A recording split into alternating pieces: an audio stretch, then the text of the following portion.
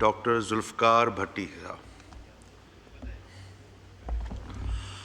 जनाब स्पीकर साहब, आपका बहुत बहुत शुक्रिया कि आपने मुझे वफाकी बजट 2025 पे अपनी डिस्कशन करने का मौका दिया है। मैं इतना रूटीन से हट के थोड़ी एक दो बातें करूंगा, क्योंकि जो बजट के अदाद शुमार हैं, ये ना तो मैं कोई इकानमिस्ट हूँ और ना मैं इसमें उलझना चाहता हूँ। मैं सिर्फ इतनी बात करूँगा कि हमारी हुकूमत ने, पाकिस्तान मुस्लिम लीग नून की हुकूमत ने अपने इत्तेहादियों के तावन से अल्हम्दुलिल्लाह जो जितने भी हमारे मुआशी इशारे थे वो बेहतर हुए हैं, और IMF की जो हमारे पे रिस्ट्रिक्शंस थी या IMF की जो मजबूरियां थी, इसके बावजूद जो ये बजट है बेहतरीन बजट है। तनकीद करने पे तो मेरी ये गुजारिश है दोस्तों से जो कि अपोजिशन में भी हैं कि तनकीद की बजाय तजावीज़ दें इस बजट पे।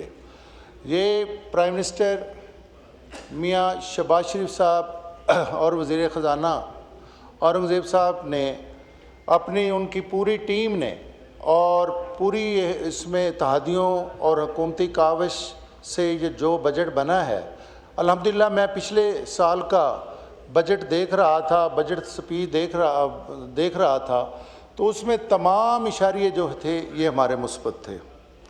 जनाब वाला, मैं एक गुजारिश करना चाहूँगा कि हम यहाँ पे अपना टैक्स के अगेंस्ट बोलते हैं कि टैक्स कल्चर नहीं होना चाहिए, इस पे टैक्स लग गया, इस पे टैक्स लग गया, इस पे टैक्स लग गया। अगर टैक्स ही नहीं लगेगा, अगर हम कोई आदमी, कोई कंपनी, कोई सिस्टम टैक्स देगा ही नहीं मुल्क को, तो किस तरीके से मुल्क जो है वो चलेगा। हम ये तो कहते हैं कि जी हमारे ये मनसूबा भी पाया तकमील को पहुंच जाए, ये भी पहुंच जाए, बड़े बड़े डैम भी बन जाएं, सारी चीज़ें हो जाएं, लेकिन ये हमारी नौबत ही तभी आई है कि जब हम अपना पूरा टैक्स जो है वो कलेक्ट नहीं करते, और वहाँ पे जो बड़े बड़े कोठियों वाले हैं, बड़े बड़े जिनके सिस्टम हैं, उन पे FBR जो है वो उस लिहाज से मेरे ख्याल में उस लिहाज से उनके ख़िलाफ़ एक शिकंजा नहीं है। हम ये नहीं कहते कि किसी को अरेस्ट करना चाहिए, हम ये कहते हैं कि जो दयानतदारी के साथ हम सबको टैक्स देना चाहिए।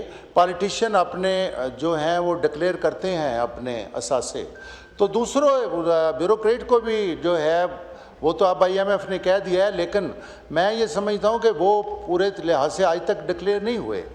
उनके बच्चे कहाँ पे पढ़ते हैं, ये एक बड़ी एक तल्ख सी बात है। मैं किसी पे तनकीद नहीं करना चाहता, लेकिन अगर आप इनके ज़रा लें कि ये इनके हमारे पे तो तनकीद होती है पॉलिटिशियंस पे कि ये जो है, और हमें जवाबदेह भी होना पड़ता है, हमें अवाम को भी जवाबदेह होना पड़ता है, हमें इलेक्शन कमीशन को भी जवाबदेह होना पड़ता है।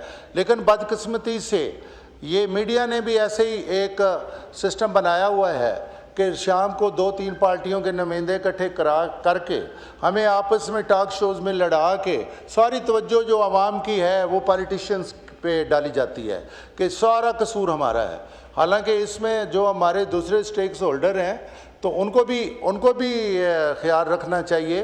वो देखें, जब तक ब्यूरोक्रेसी उस एंगल से काम नहीं करेगी, जब तक जुडिशली जो है वो अपने जस्टिस में काम नहीं करेगी, उस वक्त तक ये अकेला पॉलिटिशियन जो है वो अपनी सारी चीज़ों को ठीक नहीं कर सकता। मैं देखें, तो सबसे मेरा हल्का रूरल एरिया है जनाबे वाला। मैं ये समझता हूँ कि रूरल एरियाज़ को जब तक हम प्रमोट नहीं करेंगे, रूरल एरियाज़ की डेवलपमेंट नहीं करेंगे, अपनी ज़राअत को हम आगे लेके नहीं जाएंगे, जब तक उस वक्त तक मेरे ख्याल में हम कोई चीज़ भी जो है वो हमारी मईशत में मुस्तकिल तब्दीली नहीं आएगी। यही होगा कि हमने कर्ज़े ले लिए, उन कर्ज़ों को हमने रीशफल कर लिया, उस कर्ज़ों को हम वापस रीपे कर दिया, लेकिन जब तक रूरल एरियाज़ डेवलप नहीं होंगे, एग्रीकल्चर डेवलप नहीं होगा। देखें, एग्रीकल्चर को जैसे हमने स्पेशल इकनॉमिक जोन बनाए हैं, हमें हर तहसील में स्पेशल एग्रीकल्चर जोन बनाने चाहिए। वहाँ पे खाद, बीज, बिजली जो है वो उसको सस्ती मिलनी चाहिए किसानों को, खाद उनको कम रेट पे मिलनी चाहिए उनको, और उसके बाद पेस्टिसाइड हमें उनको कम रेट पे, बीज उनको कम रेट पे। अगर उसकी प्रोडक्शन कास्ट ही कम होगी तभी जाके, और उनकी ट्रेनिंग प्रॉपर हो, उनकी प्रॉपर ट्रेनिंग हो किसान की कि कौन सी फसल उसके पूरे अदादो शुमार हों। ये नहीं है वो कि रैंडमली कभी हमने गंदम ज़्यादा उगा दी, कभी हमने चावल ज़्यादा उगा दिए। अगर वो चीज़ हमारे पास, क्योंकि मैं इस वक्त कांग्रेस में हूँ, तो जो चीज़ अगर हमारे पास है ही नहीं कोई चीज़, अगर हमारे पास कोई ऑर्गेनिक चीज़ नहीं है, ऑर्गेनिक फूड नहीं है, तो हमने एक्सपोर्ट क्या करना है जब हमारे पास कोई चीज़ है ही नहीं। तो इस पे किसान को जो है वो मराहत देनी चाहिए, क्योंकि यहाँ 70% जो है हमारा मईशत का इन्हिसार किसान पे है। दूसरी बात ये है कि हमारा यूथ राउंड अबाउट 66% हमारा यूथ है।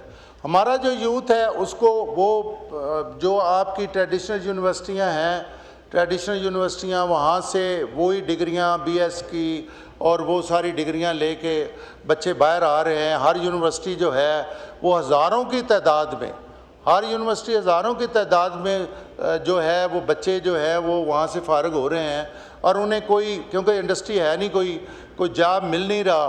तो हम समझते हैं कि बच्चों को स्किल करना चाहिए। इस पे हुकूमत अपना काम भी कर रही है, लेकिन हमें अपने अपने हलकों में और IT को भी रूरल एरिया में जाना चाहिए। ये नहीं है कि यहाँ पे कोई IT सेंटर या यहाँ पे बड़े शहरों में बना दिए जाएं और रूरल एरिया टोटल नेगलेक्ट होते हैं हमारे। और मैं समझता हूँ कि जब तक हम IT फैसिलिटेशन सेंटर जो हैं वो रूरल एरिया में नहीं बनाएंगे, वहाँ बच्चों में जो है ई-कॉमर्स और वो वहाँ पे ये काम नेट की सहूलत हम नहीं देंगे, उस वक्त तक हमारी जो IT की जो एक्सपोर्ट है वो भी बेहतर नहीं होगी। इस तरीके से हमें देखें, हम अपना जो ज़र मुबादला है या हम अपने जो रिज़र्व्स हैं हम बेहतर कर सकते हैं अगर हम मैन पावर पे जाएं। अगर हम man power, skilled man power पे जाएं, तभी जाके हमारा मसला हल होगा। हमारी यूथ है, हमारी आबादी कितनी तेज़ी से बढ़ रही है। आप देखें हमारी आबादी, आप दुनिया का राउंड अबाउट चौथा मुल्क है हम आबादी के लिहाज से, और जिस तेज़ी से बढ़ रही है ये हम जितने मर्ज़ी वसाइल पैदा कर लेंगे, हमारा जो मुल्क है वो उन नीड्स को पूरा नहीं कर सकता। हम अब हल्के में, मुझे भी तीसरी दफ़ा मैं MNA बना हूँ, मैं हल्के में जाता हूँ तो हम जब हर महीने जाते हैं तो वहाँ आगे कोई ना कोई आबादी बन रही होती है। हाँ, वहाँ पे लोगों की बिजली की ज़रूरियात, वहाँ पे नाली सोलंग की ज़रूरियात, पानी की ज़रूरियात वो इसीलिए बनती हैं कि कोई प्लान किस्म की मनसूबाबंदी नहीं होती। मैं जनाब स्पीकर साहब, मैं ये कहूँगा कि हमें ज़राअत पे तवज्जो देनी चाहिए, हमें IT एक्सपोर्ट पे देनी चाहिए, एक्सपोर्ट पे देनी चाहिए, मैन पावर पे देनी चाहिए।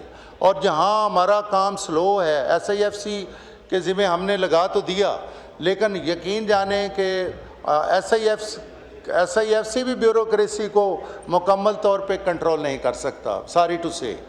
और मैं इसकी एक मिसाल तो जनाब स्पीकर साहब ये दूंगा कि आपके अंडर CD है, लाजेस हैं। मेरे अपने कमरे में 28 साल से एक पुराना AC लगा हुआ है, विंडो AC। मैं इसकी वसादत से आपसे गुजारिश करूंगा कि मैं तो वो आपकी ब्यूरोक्रेसी को कह के थक गया हूँ, वो एक मेरा AC बदलवा दें। चलो मुझे इस स्पीच में यही मिल जाए कि मेरा एक AC 28 साल पुराना है, वो 98 में लगा था, वो बदल जाए।